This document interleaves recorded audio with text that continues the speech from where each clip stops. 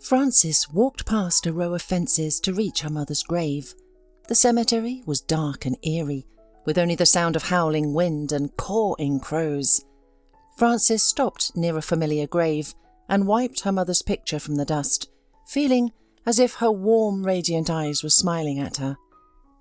Overwhelmed with emotion, Frances cried out, "Hello, Mummy. Yesterday I went to the police again, but they chased me away. It seems like the person who hit you is either rich or connected to the police, as everything was hushed up so quickly. They know I'm alone and don't have the money for a good lawyer. But don't think I've given up. No, I'm determined to find out the name of the person who took your life. Otherwise, I won't be able to live a normal life. Mummy, I feel so lost without you. Why is life so unfair? Why did you have to leave so early? You left me all alone in this world. May you rest in peace. I should go now. I have to wake up early for work tomorrow."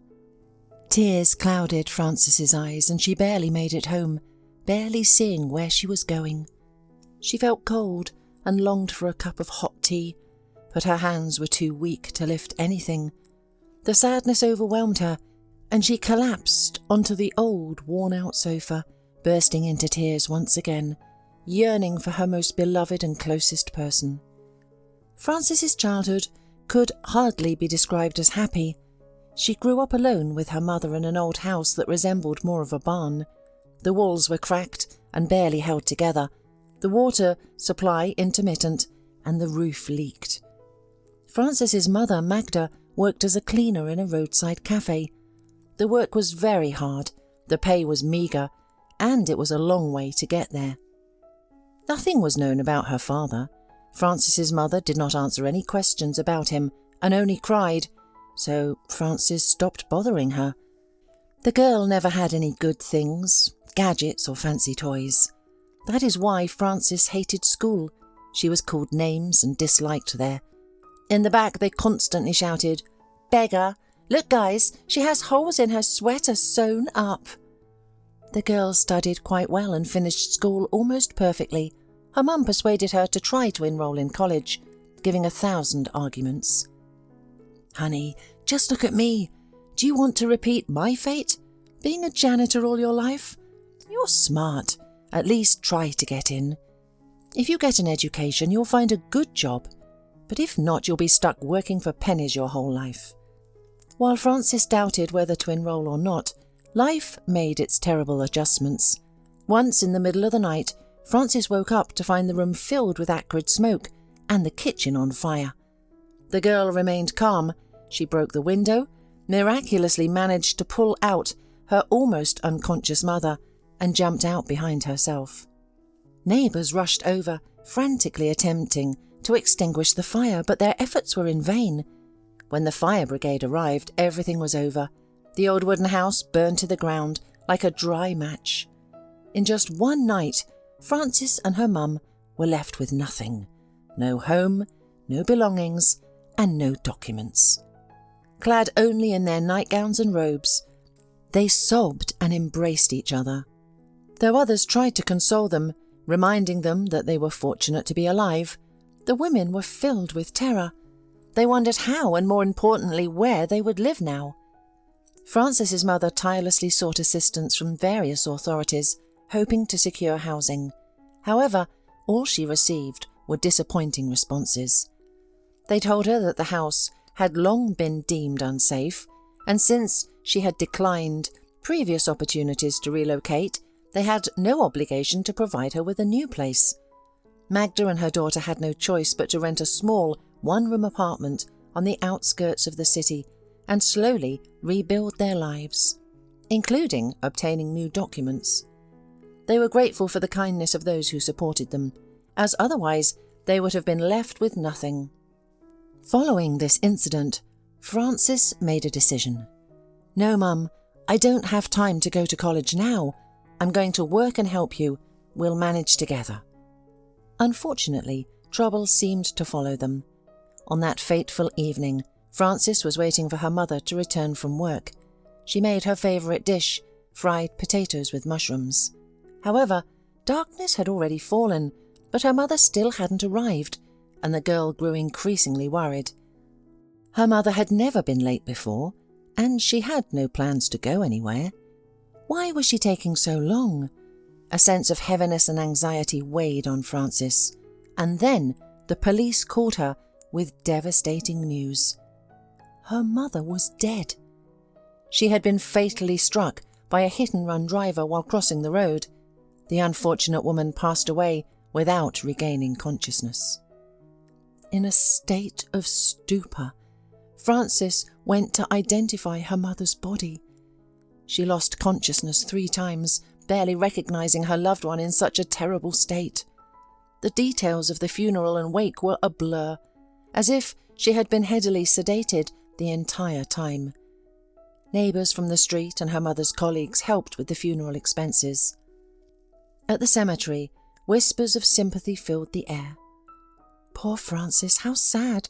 Life was already difficult for her, and now, alone without her mother's care, without money, she will surely be lost.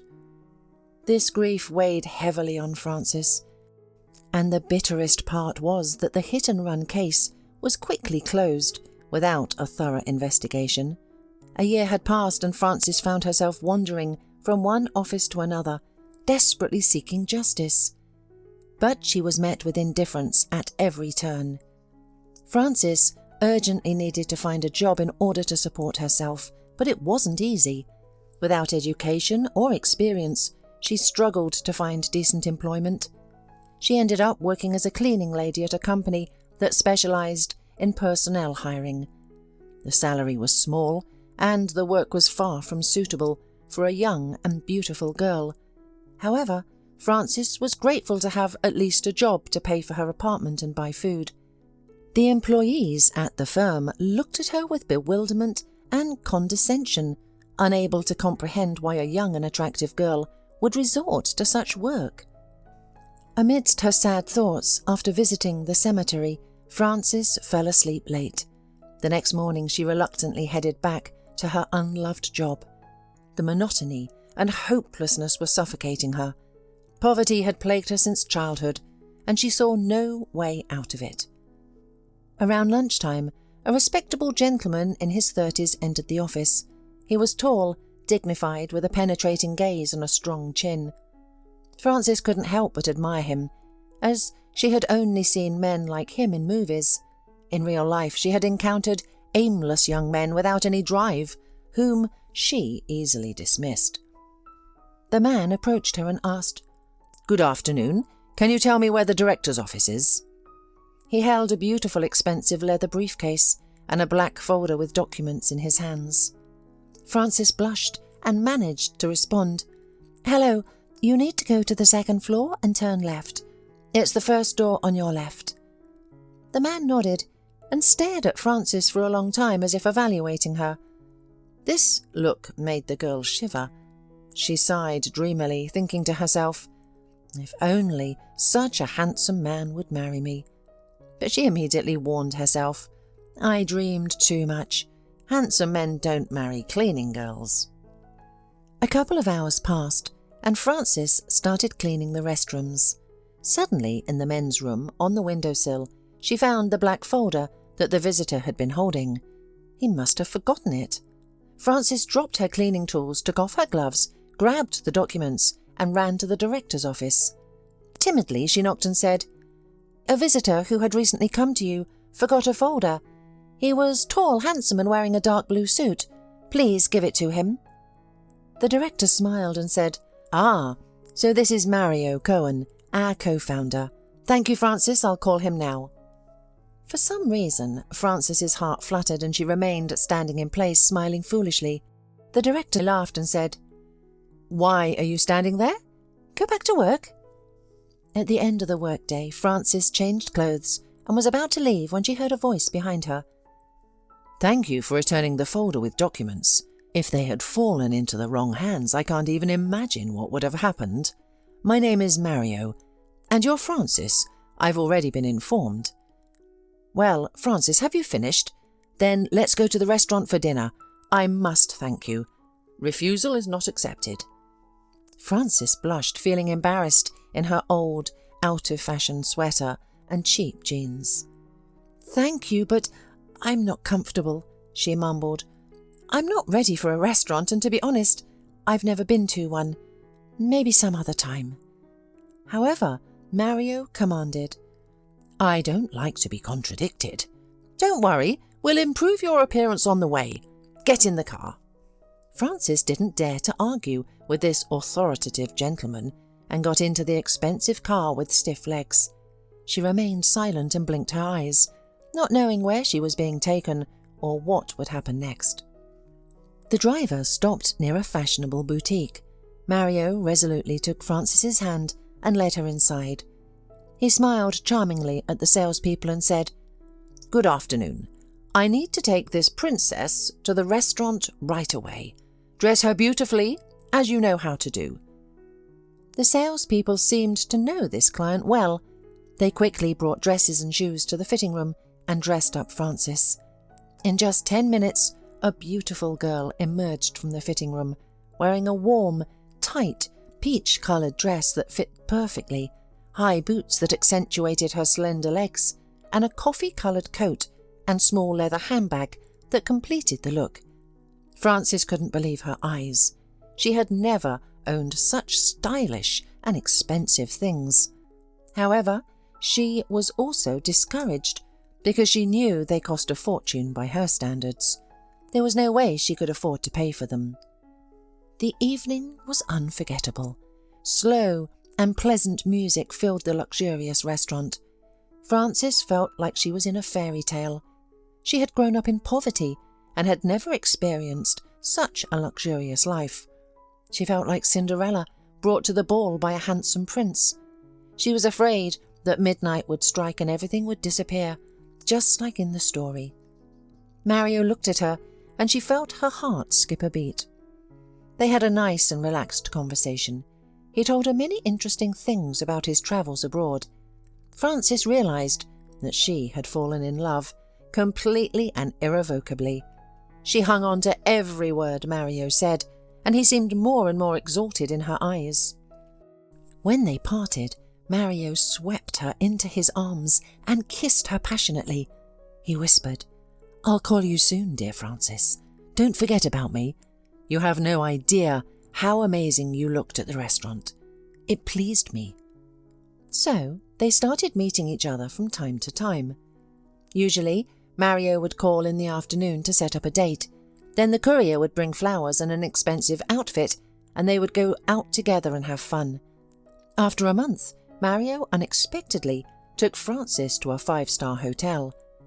They entered a luxurious suite, and Mario began kissing Frances and gently pushing her towards the large bed. He whispered sweet words to her, calling her his tender beloved and most desired. "Wait, I can't, I'm afraid," Frances whispered back. But Mario reassured her, saying, "I understand. Don't be afraid. I love you, and everything will be fine. But don't you want this too? I can sense it." Frances hesitated, unable to resist. Though a part of her knew this was all wrong and shouldn't be happening, her heart yearned for his affection and love. A couple of months passed in this fairy tale-like scenario until Frances started feeling terribly nauseous in the mornings. She constantly felt tired and had a strong urge to sleep. Initially, she thought it might be food poisoning. However, when these symptoms persisted every day for a month, she became scared and decided to see a doctor. The diagnosis shocked her. She was pregnant, and most likely with twins. She didn't know whether to rejoice or cry. She and Mario had never discussed having children, and their meetings had only taken place in the hotel. She had no idea how he would react to this news. Anxiously, she awaited their next date. As soon as Mario called her, he could tell something was wrong. He asked her directly, "What happened? You look pale. You have dark circles under your eyes. Have you been crying?" Frances swallowed hard and confessed, "Mario, please don't get upset. I'm pregnant." Here are the ultrasound results. It's still early, but it appears that twins are on the way. They're your babies too, right? I'm so scared." Mario recoiled and grasped his head, exclaiming, "What a fool you are! Were you born yesterday? I thought you were using protection. There are special pills available now. This is all so embarrassing, baby. Look, maybe it's not too late to get rid of it. I'll find a good doctor who can do it anonymously and carefully. I'll take care of all the expenses. I'm at the peak of my career, and I'm going abroad soon. I don't want kids yet. Don't get me wrong. And you're still so young. 2 is such a burden. Be smart. Listen to me. Do as I say. We're fine the way we are. Why complicate such an easy relationship? You must understand that I won't marry you. I just won't be understood in high society." Frances sat there, heartbroken. She never expected such cynicism from the man she loved. She cried and pleaded, "Mario, I don't want to terminate it. These are living beings. Why are you even with me if you didn't want to get married? I thought you loved me and that we were serious." Suddenly Mario replied sharply and harshly, "Don't be ridiculous, baby. Am I not doing enough for you? Is something lacking? This is life, not a fairy tale. Yes, I like you, and yes, I'm happy with you, but don't expect more. I've said it all. Either you do as I suggested, and we continue seeing each other as before, or you can live your life as you please, but without me. And don't try to blackmail me with illegitimate children. I won't acknowledge them. Think, and think hard." Frances ran out of the restaurant in tears and walked home. She sobbed and resented. Jerk! Such a jerk! To him, I'm just a girl for pleasure, a beautiful doll and nothing more. What a fool I've been. A businessman and a washerwoman. It's really ridiculous. God, what am I going to do? How am I going to support 2 kids on my own?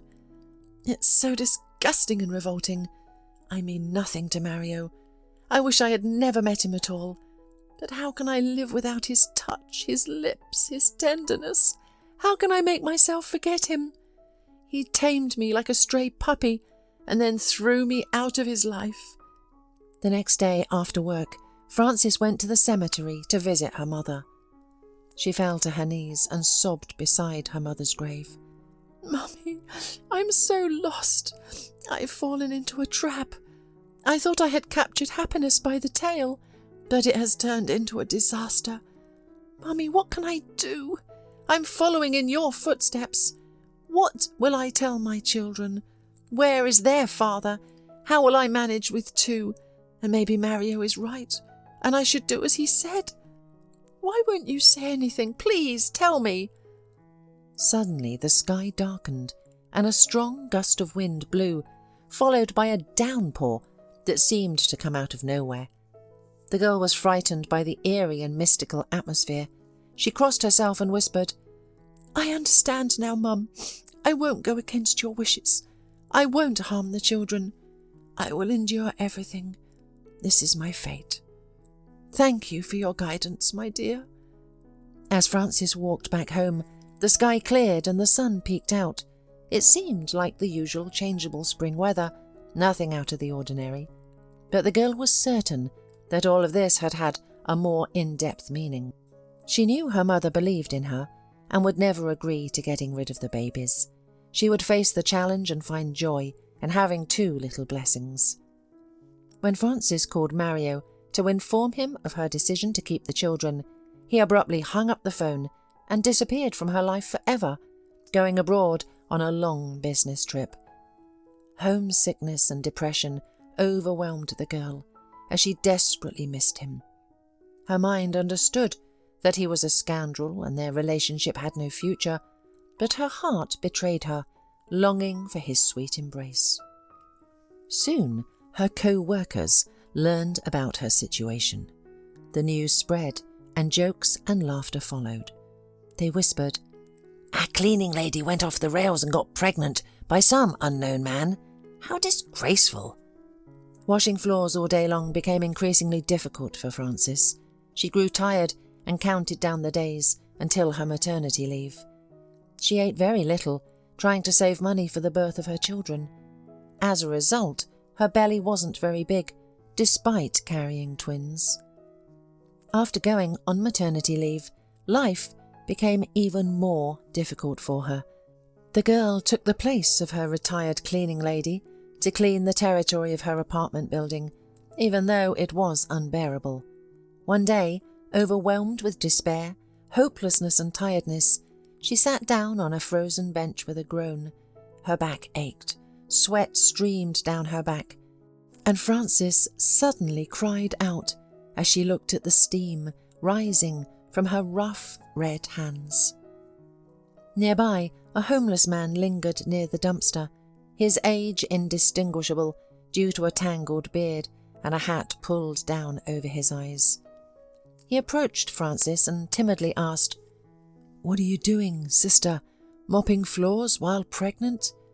You shouldn't be doing this. Why are you crying?" Frances had so much on her mind that she poured out her heart to this stranger. "I can't take it any more. I've been unlucky since birth. I lived with my mother in a hut, then it burnt down. My mum was run over by some scumbag on a crosswalk. I had to become a cleaner myself, but I met a rich businessman on the way. He beckoned me with a beautiful life and sweet speeches. I was a naive fool, and when I got pregnant he left me. How am I supposed to live? I have no savings, and I'm so tired of fighting for a piece of bread. I'm sorry that I'm blowing your mind, but I needed to express myself. I need to go." She stood up, but the homeless man inquired, "What's your name, sister? Where do you live?" Frances hesitated, but replied, "I'm Frances. I rent an apartment in the corner building, number 44. Why are you asking? And what's your name?" The homeless man exclaimed, "I'm Tom. Wait here. I'll be right back. I'll help you as much as I can. Keep your head up." Frances waved her hand, doubting that a homeless man could truly help her. She wandered back home. As she finished her tea in the kitchen, the doorbell rang. She opened the door, surprised by the unexpected visitor. It was Tom, standing on the doorstep with a bag of food and vitamins. "Here, take this. It's food. Vitamins. Eat it. You look pale." "Don't worry, it's not from the garbage. I bought it at the store with the money I got from returning bottles." Frances was moved to tears by this unexpected act of kindness from a stranger. She thanked Tom and invited him in for tea to warm up. He declined, saying he had important things to do and had to visit all the dumps before it got dark. He added, "The wolf feeds by its feet. I'll come back. You eat. It's from the heart." Frances spread the contents of the bag on the table and cried tears of joy. There were apples, oranges, sausage, bread, milk, cheese, and even 2 crispy hot buns from the bakery. It had been a long time since she had enjoyed such treats. She savoured the food with great pleasure and silently wished Tom good health and blessings. He had sacrificed for her, a stranger in need. From that day on, Frances and Tom became friends.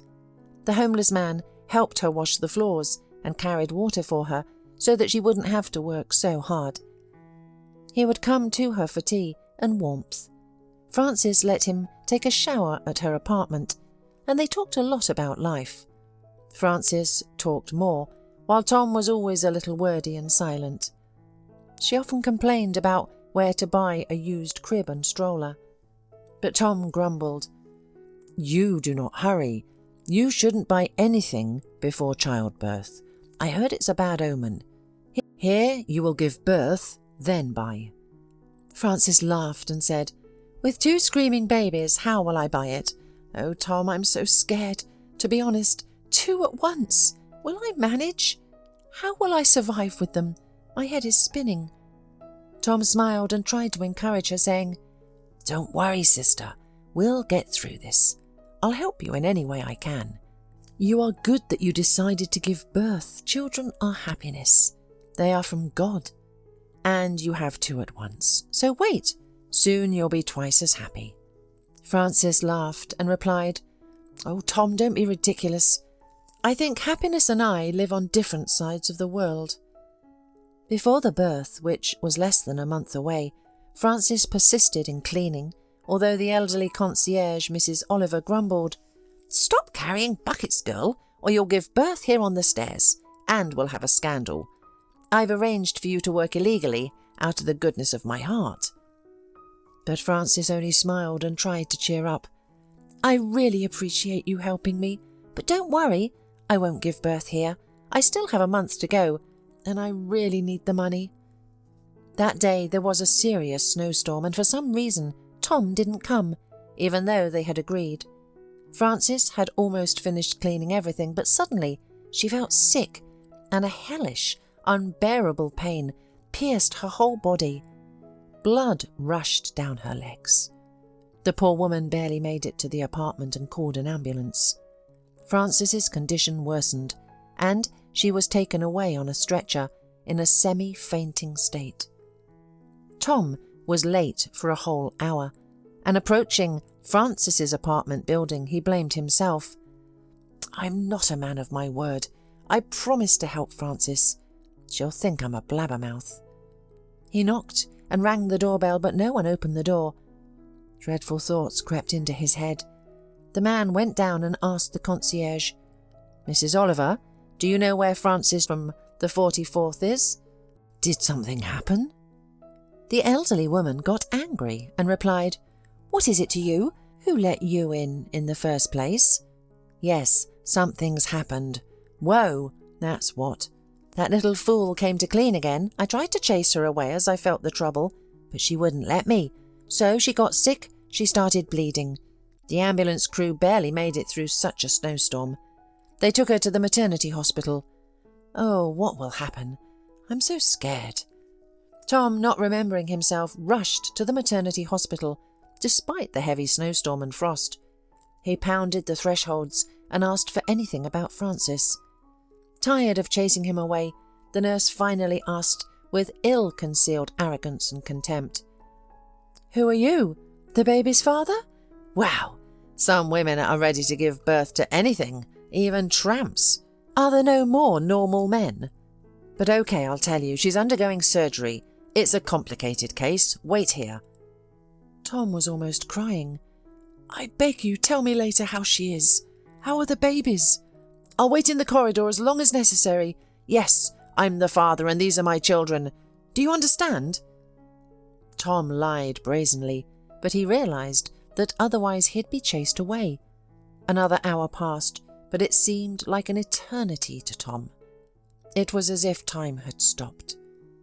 He had been thinking about many things. In front of his eyes stood this beautiful, laughing and at the same time sad, desperate woman. He himself did not understand why she so caught him, why he just physically could not live without Francis, and he didn't care that she was giving birth to another man's children, and it didn't matter how many there were, 1, 2, or 10. He'll take them all as his own, as long as she was always near him. There was some inner bond between them, a special warmth. At last, a tired, grey-haired doctor came out to him and said, "You are the father of Francis' babies. Congratulations, you have twins, a boy and a girl. They are weak, of course, but nothing to worry about. I'll write you a list of things to buy for premature babies. Bring it tomorrow. And now please go home, you can't see her now." Tom was over the moon. "Thank you, I'll buy everything. I'll be there tomorrow morning." The doctor looked at him critically. "By the way, you should at least clean yourself up. It's a maternity hospital after all."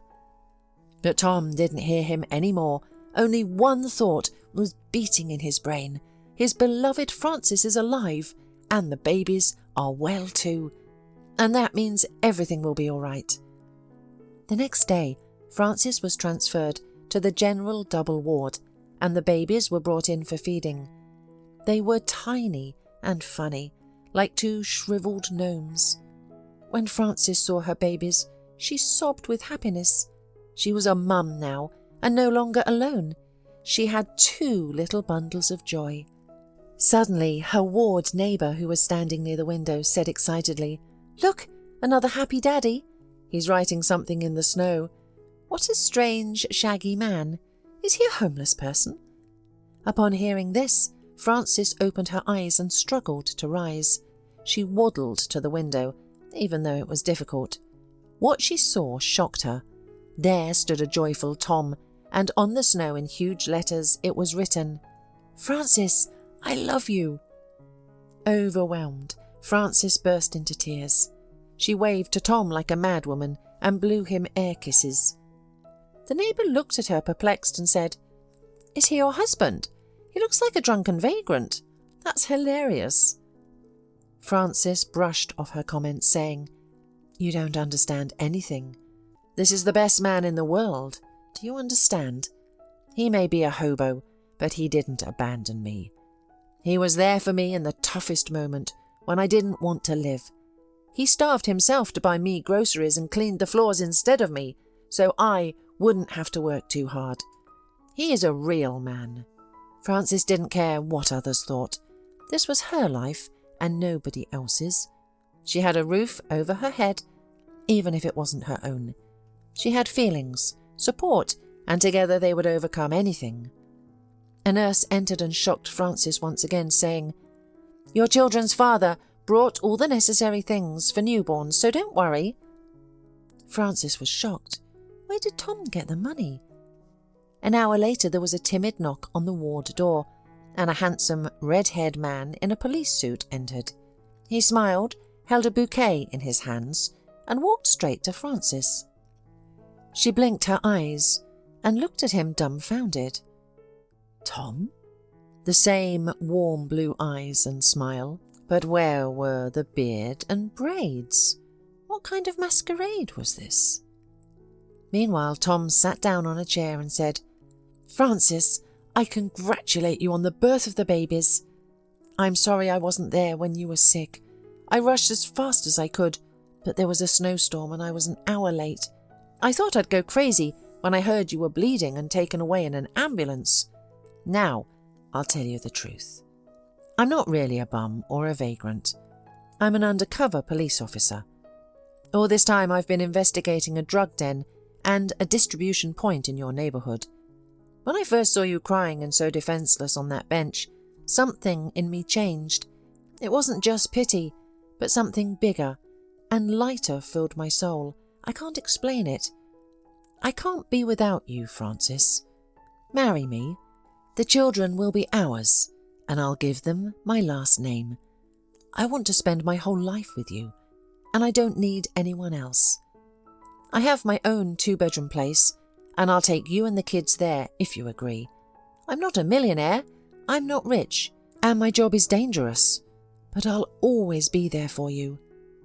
The other woman in the ward wept, and then she went out into the corridor, realizing that Frances and Tom needed a moment alone. Frances cried tears of happiness and whispered, "Tommy, my darling, thank you for everything. I agree. I believe in you, and you supported me in my darkest hour. But I'm scared. What if you quickly get tired of everything? Taking care of 2 babies is very hard. There will be sleepless nights and exhaustion. Will you be able to love them as your own? Just answer honestly. And how will your parents react to all this? They'll probably be against it." "I will try very hard," Tom said firmly. "You just trust me. I won't betray you, hurt you, or disappear. Now we are together, hand in hand for life. I love you, Frances. I've always lived my own life. My relationship with my parents is not excellent. My father is from law enforcement, and my mother has suffered because of it. She categorically did not want me to become a police officer, but I decided, and I don't regret it. If they love me, they'll accept my choice." They hugged each other tightly and sat like that until the children were brought in for feeding. The boy was stronger and ate by himself, while the girl had to be fed from a special bottle to make it easier for her. Tom decided to do it himself. He carefully took the baby, smiled at her, and began to slowly feed her. He didn't rush, gave her a breath and said, "Eat, eat, my little Thumbelina. Eat, sweetie. Grow big and make your mummy and daddy happy. That's a good girl. There's just a little bit left, so do your best." Surprisingly, the girl heard him, sighed and finished the rest of the mixture. Frances was filled with admiration. She had never dared to dream of such happiness, and had thought that she would remain a lonely poor woman with 2 children. Upon discharge, Tom arrived in a company car with a huge bouquet of roses and balloons. This day would forever be remembered by Frances as the happiest. Bright sunshine dazzled her eyes, snowflakes were swirling. They were congratulated by the medical staff. Tom got Frances and the babies in the car and happily said, "Let's go to my house, I have everything ready there." Frances timidly entered Tom's apartment and gasped. He had thought of everything. The nursery had everything they needed, including cribs, a changing table with a dresser, stocked with neatly stacked diapers and onesies, and a twin stroller. "Here, I bought what I could," Tom said with embarrassment. "If something is missing, just tell me. Don't be shy. This is our home now. Let's celebrate." The man deftly undressed both of the babies. Frances fed them, and they fell asleep sweetly, warm in the warmth. Frances and Tom went into the kitchen. The man began to fuss, but Frances pulled him back, saying, "No, let me set the table myself. You wait for the ready." Frances put the groceries on the table and quickly prepared lunch. They sat down to eat, feeling incredibly nice and comfortable. It felt like she and Tom had been together all their lives. After eating, Frances hugged Tom and kissed him, whispering, "Thank you. You are the best. I love you too. I'll be waiting for you when you're off duty. Every day I'll cook the meal for you and bake pies. I'll pray for you. Tom, how happy I am that I met you back then. I really didn't want to live." Tom was in awe. These were the words he had been waiting to hear from Frances. He had long dreamed of having a large and loving family, and now his dream had come true. Soon, the couple quietly married. Tom legally adopted the children, and they began to live a normal family life. At first, not everything was smooth. Frances was extremely tired, physically exhausted from trying to do everything. She wanted to have enough time for the children, household chores, and to show affection to her husband. But with twins it was very difficult. Sometimes Frances would forget to eat, as she was constantly busy. Tom helped her as much as he could on weekends, but on weekdays he was on duty and would come home late in the evening. He would invariably find his wife dishevelled, with huge circles under her eyes, completely drained. Soon the man realised that this was unsustainable, and that Frances needed to get some rest. After all, taking care of 2 children was not easy, especially when they were restless, had tummy aches and slept poorly, constantly demanding attention. Tom's parents were not old, well-to-do, retired people. They could have helped with the children, but initially they strongly opposed their son's marriage to a cleaning lady with 2 babies in her arms. This led to arguments and a complete breakdown in communication. Tom's mother, Mrs. Berger, was particularly angry. "Our son has finally gone mad. Why does he need this girl who is a tramp? She has 2 babies, and our fool picked her up. It's incomprehensible. All the neighbours are laughing. Our boy is so smart, successful in his career. His bosses appreciate him. He had Holly. She was a perfect match for him.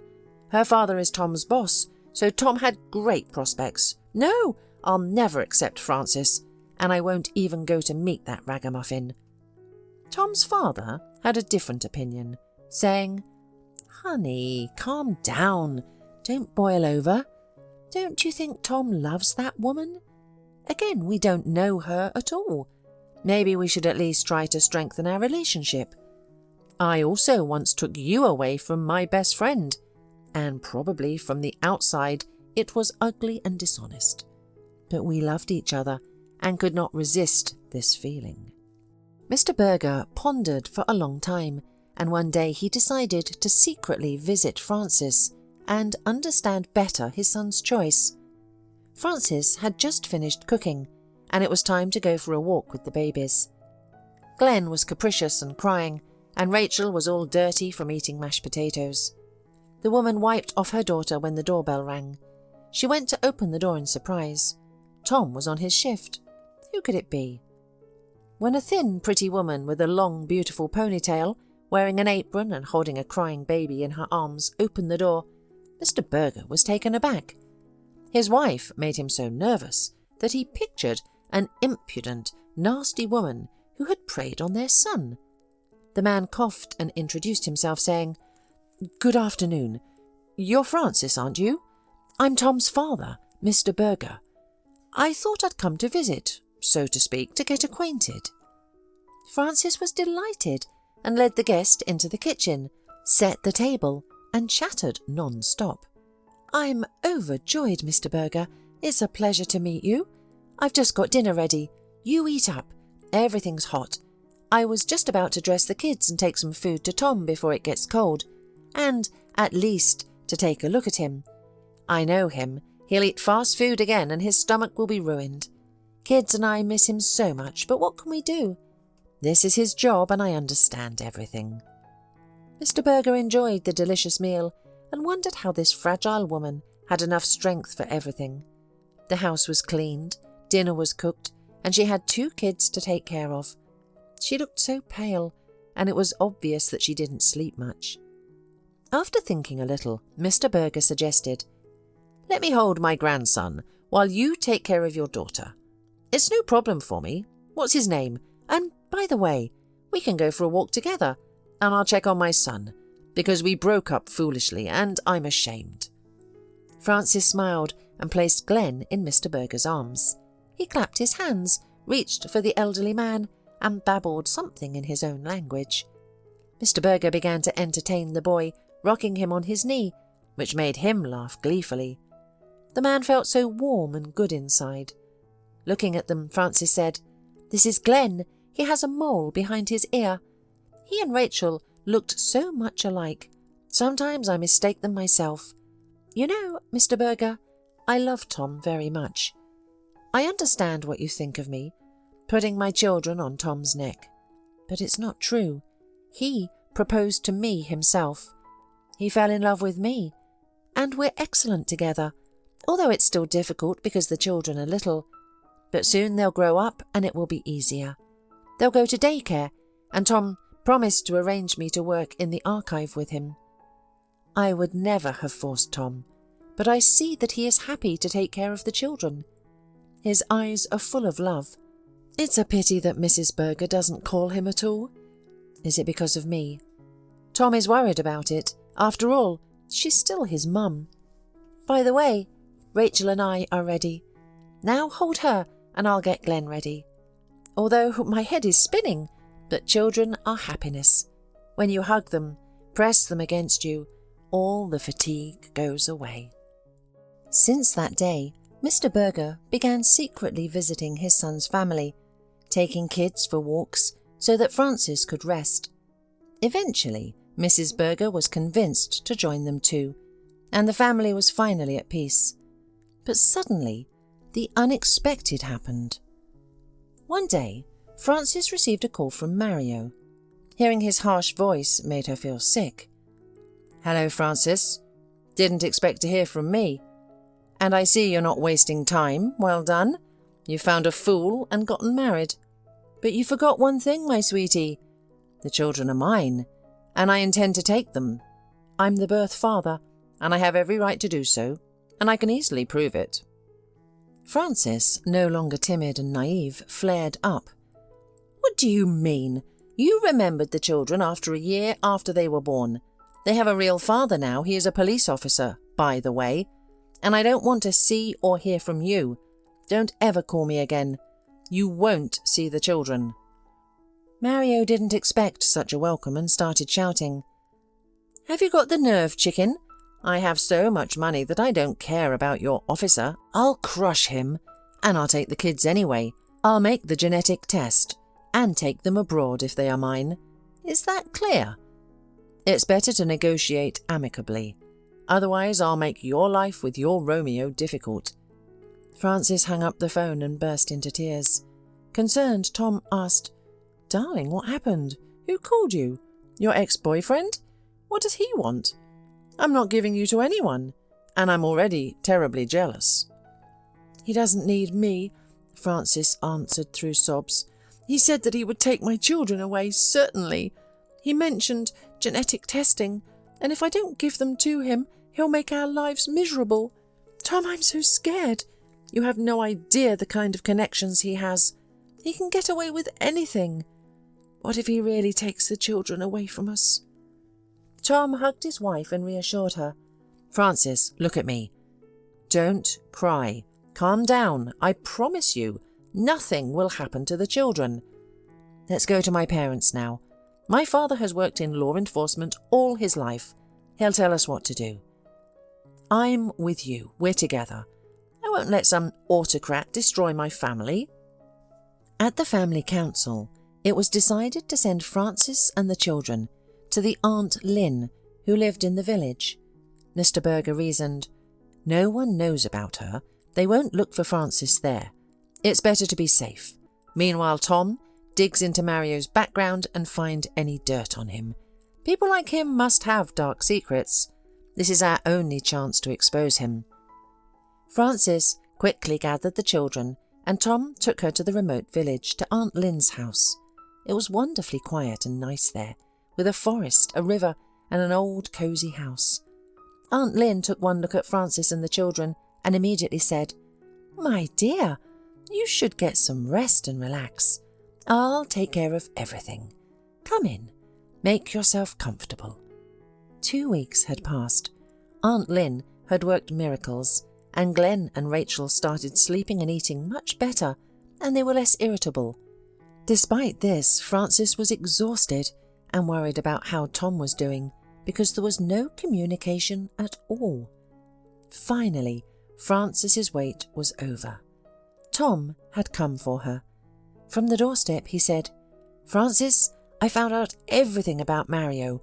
You won't believe it. First, he went abroad and contracted a venereal disease, which made him completely infertile. That's why he decided to think about having children when he returned home. But that's not the point. I found camera tapes, checked his car, and guess what? It was Mario who hit your mum and caused her death. He even got out of the car, realised what he had done and ran away. What a scoundrel! I got everybody fired up. How is it possible to close such an easy case? The evidence is right there. He was so sure of his impunity and ability to buy everyone off that he didn't even bother to check if there was a camera. Now Mario won't be able to escape. He's already in custody, and he will go to jail. No doubt about it." Francis sobbed and whispered, "God, this is unbelievable. I can't believe it. The biological father of my children killed their grandmother. Tommy, please, I need to talk to him. I need to look him in the eye. Is there nothing sacred to him anymore?" "Thank you, my love, and thanks to your dad too." Tom managed to arrange a meeting, and Mario was brought to the interrogation room. When Francis saw this glossy, impudent man with a hard, prickly look, she didn't even flinch inside. Not only that, she looked at him and couldn't believe why she had fallen in love with him in the first place. Why? Mario smirked crookedly and said, "Why did you come? Do you think you can outsmart me? My lawyers will tear this whole accusation apart, and I will still take the children away." Francis asked quietly, "Mario, tell me, did you know that you hit my mother in that street? I've told you about it many times and described where and when it happened. You couldn't have known. How could you? Why didn't you call an ambulance? Why didn't you take her to the hospital? You just ran away. That's inhumane." Mario grinned and whispered quietly, "Listen to me. I was drunk. Your mother died instantly. I checked her pulse. There was no pulse. Why would I call an ambulance? What would you have done if you were in my position? Voluntarily confess to murder and go to jail? Of course, I knew what you were talking about when you told me about your mother's death. What could I have done? Confess? Would that have made you feel better? I made a terrible mistake. Who hasn't made a mistake? Frances was struck by the level of his cynicism and sacrilege. She asked again, "And the children? What do you need them for? Do you have any idea what it's like to have 2 one-year-old children? They're not dolls. They need round-the-clock care. You have to love them, truly love them, give them your best. Are you capable of that? You threw me out of your life. You ran away abroad. You wanted me to get rid of them. And now, all of a sudden, you want to play the role of a father? Is there any humanity left in you?" Glenn and Rachel adore Tom. They call him Daddy. They wait for him when he's away. They fall asleep in his arms. He wakes up at night for them. We raise them together, take care of them, worry about them. We are a family, a real family. So why do you want to ruin our lives? Please come to your senses and leave us alone. Do something good for once. However, I will never forgive you for what you did to my mother." Mario returned to the cell and began pounding furiously at the wall with his fist in anger. He roared in a frenzy, realizing that Frances was right about everything. In fact, he didn't love children, didn't know them, and didn't think about them at all, for now. The rich man changed girls like gloves, feeling like the king of life. It was only when one of them gave him a bouquet of diseases, which he barely cured, that he suddenly realized he was living for nothing. Who were all these girls to him? His millions couldn't warm the soul, because it turns out you can't buy happiness. So he decided to take Frances's children away, knowing that he would not have the chance to be a father any more. Mario was given 5 years for the murder of Frances's mother, and now he was serving time in the zone, albeit in a comfortable cell. He rethought a lot and even wrote a letter to Frances apologizing for everything and promising never to harm her or her children again. He also asked her to send him photos of the kids from time to time. Frances often visited her mother at the cemetery, and one day Frances said, "You know, Mum, I thought that if I found out the name of the killer and he was punished, it would be revenge and my soul would calm down." Was I relieved when Mario went to prison? Not a bit. You can't be revived. You can't come back. But you know, Mum, I'm happy now. Tom is the best husband and a caring father. We're even thinking of having another child. Rest in peace, Mummy. I love you and will always remember you.